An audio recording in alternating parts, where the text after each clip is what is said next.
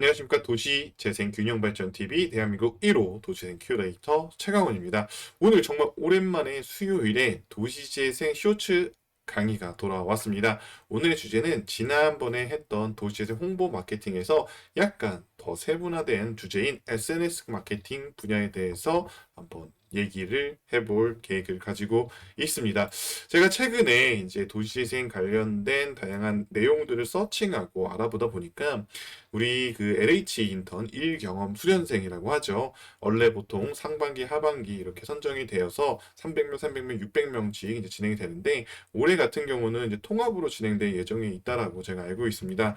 이 그 LH 인턴 1경험 수련생분들이 센터에 가면 아무래도 이런 어떤 SNS 활용도가 일반 센터에 계신 어떤 사무국장님이나 센터장님들에 비해서는 조금 더 또 원활하시잖아요. 아무래도 나이층이 20, 30대 그리고 그 타겟팅과 공유가 공감을 이룰 수 있는 능력을 가지고 계시기 때문에 그래서 이제 다양한 그런 활동을 하시는 걸로 보이는데요. 그 중에서도 제가 이제 얼마 전에 또 봤던 내용입니다. 여기는 이제 목포에서 활동하시는 목포시 도지생 지원센터에서 방 인턴이 추천하는 카페 투어. 이게 이제 카페도 있고요. 음식점도 있고 이렇게 또 섹션별로 이렇게 주제별로 이렇게 나눠져 있더라고요. 잠깐 소개해드리면 이렇게 이제 나오시네요. LH 인턴 청년 2기 방성희 인턴님이시라고 합니다. 4개월이 벌써 지냈다라고 하시고요. 지금 현재 담당하고 있는 모건동, 만호동, 서산동 도시생 활성화 구역 내에서 마음에 드는 이제 카페를 추천하고 투어하는 이런 프로그램. 지금은 제가 한 장만 가져왔지만 몇 장을 이렇게 쭉 이렇게 같이 하고 있어요. 이게 사실 어떻게 보면은 도시생 사업들을 우리 청년분들에게 조금 더 가볍게 이렇게 다가올 수 있고 장벽을 낮추는 그 과정이라고 보시면 될 것 같아요. 왜냐면 이런 지역의 이런 공간들, 뭐 맛집도 중요하고 이런 카페들을 소개하는 게 왜 필요하냐라고 이제 또 질문하시는 분들도 있으실 건데요. 그 이유는 우리 지역의 어떤 공간, 활성화 지역의 어떤 그 내부의 그 범위 있는 공간을 이렇게 홍보 마케팅 함으로써 그 공간이 활성화되는 것들도 도시행 사업에 포함이 되고 또한 이 공간이 우리 범주 안에 벗어나 있어도 이 지역 내 활성화 구역과 그 다음에 우리 지역의 다른 지역을 연결하는 작업들이 굉장히 많이 필요해요.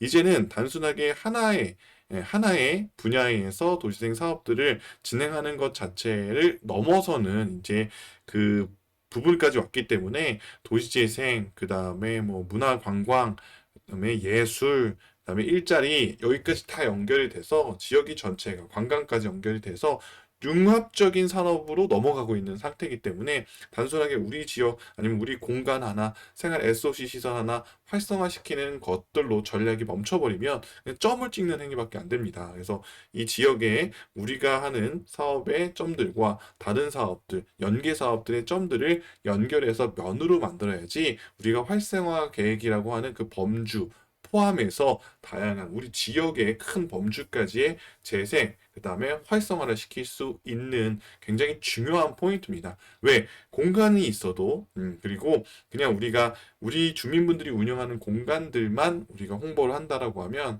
아마 여러분들이 이 공간에 찾아오는 매력도를 굉장히 크게는 느끼지 못하실 거예요. 뭐랑 똑같냐면 예전에 우리 이마트 같은 공간들이 그냥 단순하게 상품을 파는 공간이었다면 어느 순간부터 이 공간에서 문화 교실 아니면 뭐 치과, 뷔페, 네일아트, 미용까지 다양한 복합, 융복합 시설로 지금 현재까지 발전해 왔고 요 다음 단계가 여의도의 더 현대 같은 데를 보시면 여기는 뭐 스파도 있고 아니면은 뭐 체험할 수 있는 체육 체험을 할 수 있는 뭐 짐도 있고요. 그다음에 가드닝도 함께 경험할 수 있는 공간, 미디어 아트까지 할 수 있는 전시 공간까지 다양하게 존재하는 이유는 이제 소비자들, 우리 일반적으로 우리의 심리상 한 공간에서 다양한 컨텐츠를 즐길 수 있어야지만이 그 공간까지 이동을 하고 그 공간 내에서 다양한 수요를 한다. 즉 이렇게 대기업에서 하는 마케팅 전략들을 우리 도시행 사업에 우리 담당 구역, 동네로 끌고 오는 전략을 갖춰야지만이 우리가 단순하게 우리가 전통 시장이 기존에 뭐 하나의 인프라만 가지고선 그다음에 어떤 예전의 모습만 가지고서는 승부할 수 있는 것들을 뛰어넘어서 한 번에 더 기회를 얻을 수 있다라고 말씀을 드리고 싶은 겁니다. 그 과정 속에 이렇게 SNS 마케팅은 왜 중요하냐? 이제 SNS는 단순하게 그냥 보여주고 노출하는 것들을 넘어서 누군가에게 정보를 주는 서칭 플랫폼의 역할을 합니다. 특히나 이제 네이버에서 검색을 하고 이것들이 뭔가 정보가 주어지면 이것을 그냥 받아들이는 행위가 아니라 이제는 유튜브라는 영상 플랫폼 아니면 인스타라는 플랫폼을 통해서 검증해서 이것들을 최종 결정 지으는 한 단계 과정이 더 들어가고 있기 때문에 특히나 20, 30대들에게는 그래서 이런 과정 속에서 사실 그 소비층들이 들어와야지 그 지역이 활성화되는 건 확실하거든요. 그래서 이런 부분들이 굉장히 중요하고 이런 활동을 하는 우리 인턴 분들이 굉장히 많지는 않지만 그래도 보여요. 사실 그래서 이번 센터에서 이런 것들이 좀 잘 진행될 수 있게 이분들이 역량을 통해서 우리 도시생 사업의 시너지를 확 낼 수 있도록 하는 아주 좋은 사례라고 보여지고요. 저도 기회가 되면 목포에 가서 우리 방성희 인턴님께서 진행해주는 이 투어에 쭉 같이 돌아다니면서 지역을 함께 경험해 볼 수 있도록. 왜냐면 이게 이런 식으로 좀 들어가야지 도시생 사업을 청년들이 어떤 경험했을 때 굉장히 가벼운 마음으로 먼저 접하고 그 다음에 그 안에 담긴 도시생 사업의 다양한 어떤 공간들, 그다음에 의미들을 담아서 이분들이 추후에는 또 우리 분야의 인재로서도 활동할 수 있다라고 말씀을 드리고 싶습니다. 그래서 제가 사실 저도 이제 이런 교육을 해요. 제가 이런 교육을 하는데 지역의 뭐 볼거리, 그다음에 관광지 앵커 시설이라던가 연계, 상점 아니면 패키지화 할 수 있는 프로그램들이 지역에 있으면 이런 것들을 발굴해내고 퍼실리테이션을 통해서 사실은 쫙 찾습니다. 그래서 그 과정 속에서 점들을 색깔별로 좀 분리를 해요. 분야별이죠. 볼거리, 뭐 문화, 그다음에 뭐 관광, 앵커 시설, 스팟, 그다음에 연계 시설들, 아니면 연계 사업들을 색깔별로 분리해 놓고 그 분리된 점들을 동네에 찍기 시작하는 거죠. 그래서 그 찍은 내용들을 가지고선 연결시키면 하나의 프로그램이 되고 그 공간이 어떻게 되는 거냐면 1단계인 문화재생 플러스 공간재생이 돼서 요게 이제 면을 이루니까 이어져서 이제 이게 뭐가 되냐? 바로 동네 재생까지 이어집니다. 사실 여기까지가 민간 차원에서 자생적으로 만들 수 있는 재생 프로그램이기 때문에 이 다음에는 뭐 이제 지역 재생이라고 부르는데 그거는 궁금하시면 저를 초대해 주시면 됩니다. 어쨌든 이런 과정을 통해서 제가 이제 보통 이렇게 강의를 진행하고 이렇게 이 비즈하우스나 미리 캠퍼스나 아니면 망고보드나 아니면 머스타드 같은 프로그램이 있거든요. 아시는 분들은 아실 거고 모르시는 분들도 있는데 굉장히 효율적으로 이런 카드 뉴스를 만들 수 있는데 이 카드 뉴스를 어떻게 노출을 시키냐? 왜 제가 스팟을 지역의 어떤 앵커 시설이나 맛집들이나 좋은 카페들이나 유명 카페들을 서칭을 하냐면 이거를 한 가운데에다가 마케팅적으로 놓여요. 어떻게 지역의 스팟들과 유명한 공간들, 문화 축제들의 정보들과 함께 우리 지역의 도시재생에 대한 공간들이나 프로그램들을 중간에 껴 넣습니다. 그래야지만이 자연스럽게 다양한 정보 중에 우리 도시행 사업이 노출될 수 있는 형태로 하고요. 여기에다가 이제 해시태그 거는 방법은 또 빅데이터 분석을 통해서 해요. 제가 이제 빅데이터 분석에 대해서도 추후에 좀 알려드리긴 할 건데, 그래서 이제 이런 과정을 합니다. 지역 상권을 좀 분석을 하고 관련된 지역의 어떤 다양한 어떤 시설들을 서칭해서 활용할 수 있는 사진들을 좀 서칭하고 아니면은 사진을 조금 찍어 온다던가 그렇게 하고 이런 것들을 카드뉴스 제작하고 홍보하고 이제 홍보하는데 가장 중요한 건 타겟팅인데 여기서 이제 해시태그를 어떻게 거는 방법들에 대해서는 제가 또 따로 한번 얘기를 해드릴 수 있도록 하겠습니다. 그 전에 이제 첫 번째 단계가 지역에 대한 상권 분석이 들어가는데요.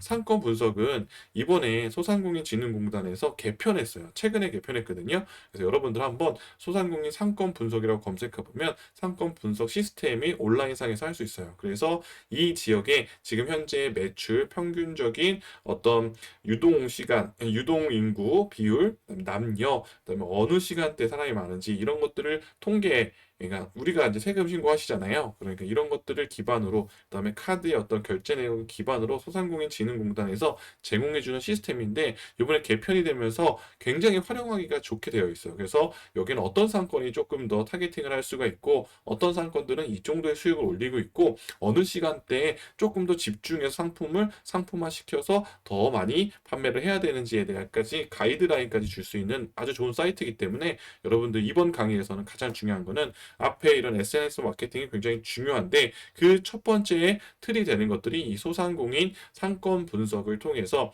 우리 지역에 이 지역에 맞는 베스트 10을 뽑고 여기에 대한 사진 소스를 우리가 한번 컬렉팅 한 다음에 이것을 통해서 노출하는데 여기에서 해시태그에서 태그팅하는 가지가 이 1년에 도시재생 홍보 마케팅 특히나 SNS 활용 측면에서의 도시생 사업의 하나의 교육으로 이제 이렇게 제가 진행을 하는 경우들이 있는데 요렇게 말하도 일단은 오늘 들어가 볼 사이트는 뭐다? 소상공인 상권 분석 시스템 이 사이트다. 여기에 가보시면 어렵지 않습니다. 누구나 그냥 쭉 가입하신 다음에 보시면 아 이건 이렇게 활용되는 거구나. 그럼 내가 지금 담당하고 있는 아니면 내가 활동하고 있는 활성화 지역은 어떤 상권을 가지고 있구나 아니면 어떤 상태이구나를 파악할 수가 있어요. 그래서 내가 보기에는 유동인구가 많지 않고 여기는 장사가 안 되는 것 같은데 라고 생각하는 지역이 생각보다 장사가 잘 되고 있을 수도 있고 내가 생각했던 이 상점이 이렇게 어떻게 매출이 올라간다고? 아 그리고 이 업계는 이 정도 매출이 올라야지 우리 동네에서 실제로 지속성을 가질 수 있겠구나 이런 것들을 판단할 수 있고 그 지역에 대한 전문가로서 여러분들이 또 역할을 할 수 있는 하나의 공부 어떤 하나의 라이브러리 도서관이 되어 수 있는 사이트이기 때문에 꼭 이번 강의를 들으신 분들은 들어가 보시기를 추천드리겠습니다. 자, 그럼 오늘은 여기까지 하도록 하고요. 내일은 또 소식과 함께 돌아오도록 하겠습니다.